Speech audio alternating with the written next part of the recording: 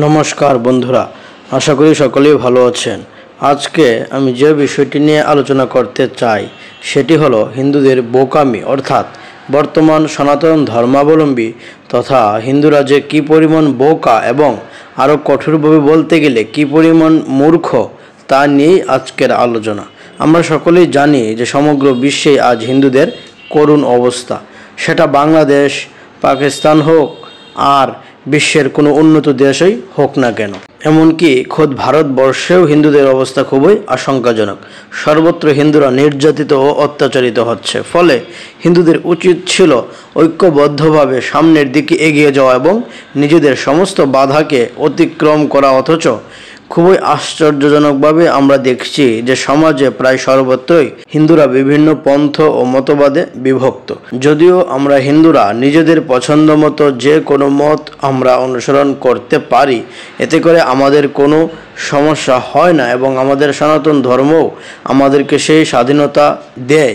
এখানে আমরা আলোচনা এবং গাঠনিক সমালোচনা এবং বিতর্কও অনায়াসে নির্ভয়ে করতে পারি, যদি বেদ সম্মত হয় তাহলেই হয়। কিন্তু বর্তমানে হিন্দু তথা সনাতনীরা যদিও বিভিন্ন বেদ বিরোধী মতবাদও মানে, ফলে নিজেদের মধ্যে বিরোধ সৃষ্টি হচ্ছে। কিন্তু এই সমস্ত বিরোধ খুবই সামান্যভাবে এবং নিজেদের মধ্যেই সহজেই মিটিয়ে ফেলা যায়। কিন্তু হিন্দুরা যেহেতু শাস্ত্র গ্রন্থ পড়ে না, ফলে তারা এটাও জানে না স্থান, কাল, পাত্র বিবেচনা করে যে কোনো কাজ করতে হয়। ফলে বর্তমানে আমাদের উচিত হলো বিরোধীকে ঘরোয়াভাবে মিটিয়ে নেওয়া বা নিজেদের মধ্যে আলোচনার মাধ্যমে সমাধান করা। অথচ কিছু বোকা তথা মূর্খ হিন্দু এগুলো নিয়ে সামাজিক বিভিন্ন মাধ্যমে একে অপরকে এবং এক মতাবলম্বী অন্য মতাবলম্বীকে তীব্র ভাষায় গালমন্দ করছে, যার সুযোগ নিচ্ছে অহিন্দুরা এবং তারা আরও বিভেদ সৃষ্টি করছে।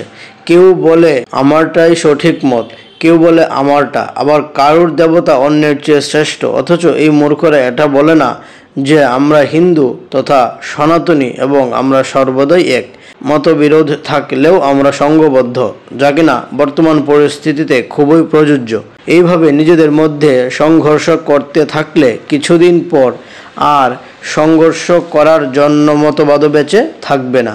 কেননা বর্তমানে হিন্দুরা যেভাবে নির্যাতিত হচ্ছে, ফলে কালের গ্রাসে হিন্দুরা তথা সনাতন ধর্ম ধ্বংসপ্রাপ্ত হয়ে যাবে।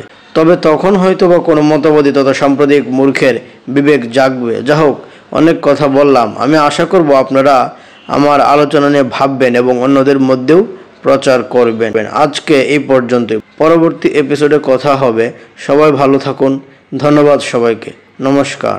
ওম শম।